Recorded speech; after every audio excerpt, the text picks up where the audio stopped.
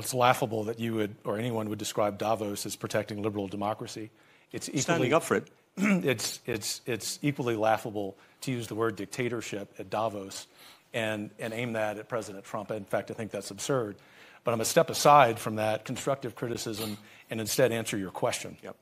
And I'm going to be substantive here. President Trump, if he's the next president, for that matter, I think whoever the next conservative president is going to take on the power of the elites, which I mentioned earlier. But the thing that I want to drive home here, the very reason that I'm here at Davos, is to explain to many people in this room and who are watching, with all due respect, nothing personal, but that you're part of the problem. Political elites tell the average people on 3 or 4 or 5 issues that the reality is X, when in fact reality is Y. Take immigration.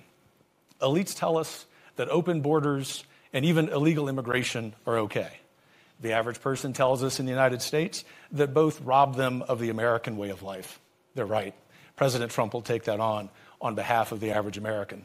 Elites also tell us that public safety isn't a problem in big American cities. Just travel to New York or Washington or Dallas, Texas. The average person will tell you that the lack of public safety damages not just the American way of life, but their life. President Trump will take that on. Thirdly, I guess the favorite at the World Economic Forum is climate change. Elites tell us that we have this existential crisis with so-called climate change, so much so that climate alarmism is probably the greatest cause for mental health crisis in the world. The solutions, the average person know, based on climate change, are far worse and more harmful and cost more human lives, especially in Europe during the time that you need heating, than do the problem and the problems themselves. Fourth, 2 more here, Robin. Okay. The fourth, China. The number one adversary, not just to the United States, but to free people on planet Earth. Not only do we at Davos not say that, we give the Chinese Communist Party a platform. Count on President Trump ending that nonsense. And fifth, as we sit here, another supranational organization, the World Health Organization, is discussing foisting gender ideology upon the global South. These are practices that are under review, if not being rejected, by countries in Northern Europe. The new president, especially if it's President Trump, will, as you like to say, trust the science.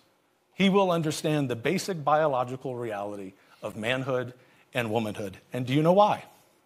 Not because of retribution, not because he's a dictator, but because he has the power of the American people behind him.